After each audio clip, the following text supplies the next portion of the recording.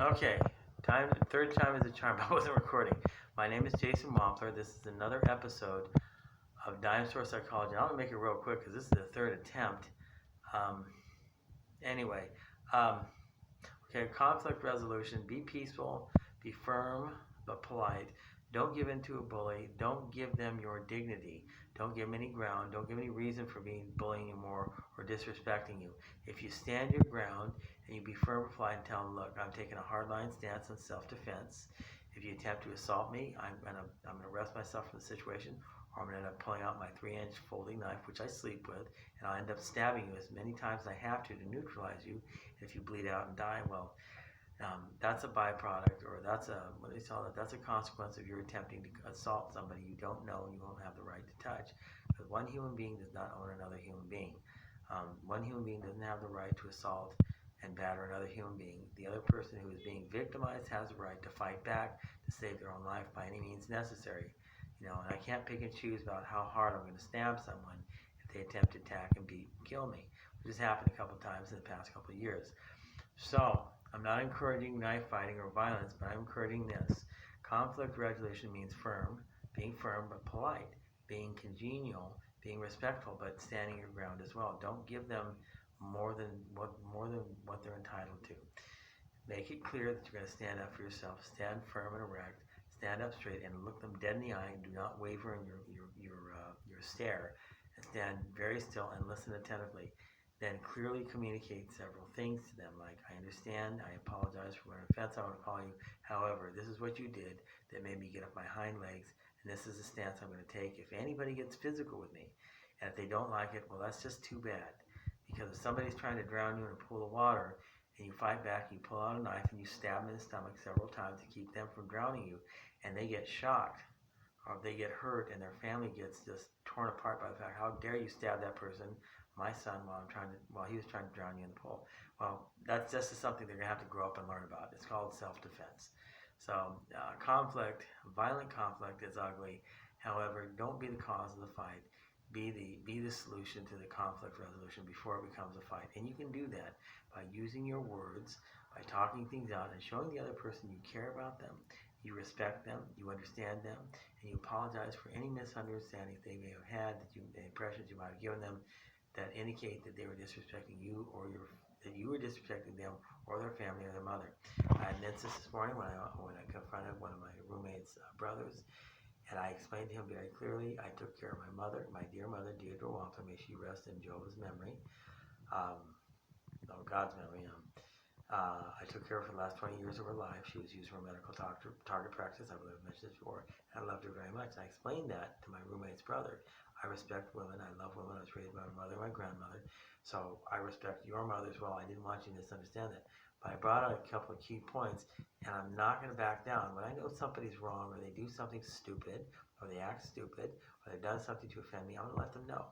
Now, whether or not they choose to believe that is simply irretrievable. It's not something I can help. Now, if you step out of line with me, I'm going to let you have it. So if you won't get out of my way, I'm going to push you out of my way, or I'm going to handle you. And if you fight me and you try to beat me or kill me or choke me, I'm going to stab you to death, or I'm going to stab you repeatedly with my 3-inch folding buck knife, the knife I sleep with for self-defense. Now, guys, this sounds pretty hardcore, but I have to tell you, after your first and second experience of people trying to rob you during daylight by force, and somebody trying to beat you to death and actually trying to kill you, it does change your perspective. Confrontation is ugly. Somebody trying to beat on you and assault your battery is trying to kill you is ugly. But you know what?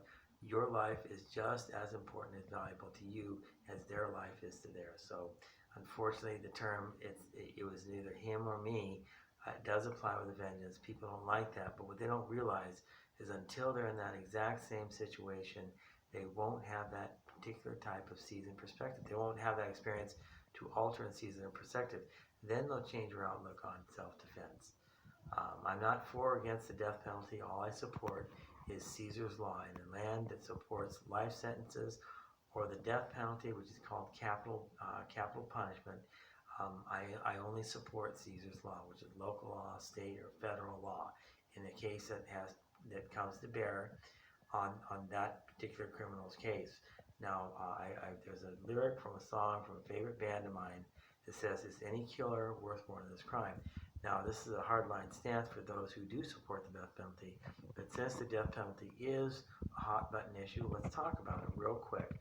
I'm at the 5-minute mark. I want to finish up in 5 minutes. The pro of the death penalty is, for a lot of people, the way a lot of people view it, and I'm just espousing, is it simply eliminates the criminal and makes them pay the ultimate price for murdering somebody else. Now, that's an eye for an eye type of spirit of that law. That's natural law, an eye for an eye, a tooth for a tooth. Some people, they look down on progressive libertarians and lawyers, and myself. I mean, how are you going to punish somebody after they're dead? So, but the other thing is, but in my corner, when I say in my camp, when the death penalty is in my corner, when it serves as a deterrent to other people and helps other people understand by that person's example who was executed for murder or some serious crime like treason to this country, selling nuclear secrets to the Russians, because treason is punishable by execution. That is, that's I don't know if that's in the Constitution, but that's United States federal law. If you commit an act of treason, you will be executed. Now, the reason I'm in favor, or one pro that I have, or I am in favor of the death penalty, before I say why I'm in favor of life sentences, is the fact that it is a deterrent. Now, if the local community is very well aware of a high-profile crime or high-profile criminal, and they're very aware of the fact that that individual has received the death penalty and have been executed by gas, by hanging, by electrocution, whatever method is acceptable these days, it serves as a deterrent to the community. It tells them, look, murdering another individual is not when it's not an act of self-defense. It's willfully murdering somebody, second or first degree murder, premeditated, is very, very serious. This is what's going to happen to you if you commit that act. You're going to be tried and found guilty in this state, like the state of Texas, which wholeheartedly supports the death penalty. And guess what? If there's 2 more witnesses to you killing that person, you go straight to the front of the line in death row. So you get executed rather quickly, relatively speaking. That serves as a deterrent. That lowers the rate of murder in a particular state where they make high-profile examples out of individuals and inmates who've been executed on death row. However, that doesn't work too terribly well. Now, the pros that are in favor of a life sentence for somebody who's without parole is they get to rot in prison and think about what they've done and why what they did was wrong for the rest of their miserable existence in prison behind bars. They no longer have freedom in their life to do anything but think about how bad, how evil or how bad or how wrong it was they did in executing or killing another human being and taking his life away from him. And I'm sure a lot of families agree with life sentence over death sentence because it helps the killer understand in no unclear terms for the rest of their life, every single day, the rest of their natural existence, how serious murder really is. So there are pros and cons to the death sentence versus the life sentence. So, I know I kind of do this stuff off the cuff. I don't even know what I'm going to talk about before I shoot each episode, but so far it's turned out pretty good. Anyway, so the quick plug roll to wrap things up. I have 2 phones. I have a personal phone and I have a business phone. The business phone is the bigger, fancier one. I've got to pay the bill on that. That's for the aerospace business because I build high-end sounding rockets for a living. But this phone, the one I'm talking on now, that shoots me in color, I don't really like the way I look in color. This is the personal phone. Obviously, I'm not going to give out my personal information on a YouTube video. However, I'm going to try and open up the comment section when I get more viewers. And funny enough, it takes a really long time to get views on YouTube. I don't know if YouTube is becoming less popular or what, but people are always looking for newer forms of media and communication. And I thought I was keeping up with the curve, but we'll see. But anyway, so that's that. So we're at the 10-minute mark. I wanted to keep these episodes to 10 minutes, and that's it. I would like to advertise. I'd like to monetize. Please hit the subscribe button. Please hit the like button as well. I need 1,000 likes to start monetizing this website or excuse me, this channel, this YouTube channel, and making some money. And I would like to take some money on it. I'm giving back to the community, but as well, if I'm spending time during work, I'd like to get reimbursed for it as well. Anyway, this has been another episode of Dime Store Psychology, a serious subject on the subject of life sentence with death penalties and confrontation, physical or verbal, and that's pretty much that. So again, it's 10:38 p.m. I'm actually going to go over to the Estancia High School parking lot, Costa Mesa. I'll probably be building rockets till about 2 in the morning. I have an unusual life. I end up working between 16 to 17 hours a day because I have, I build cars by day, and I design and build rockets by night, and I shoot these 10-minute videos once a day.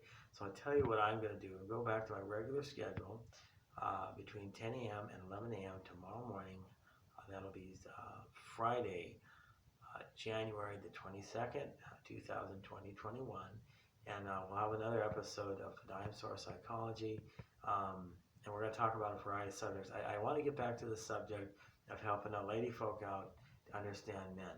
And I want to bridge the gap. I don't know how to help men, but I know how to help women. I was raised by my mother and grandmother, so I think we're going to talk more about that tomorrow.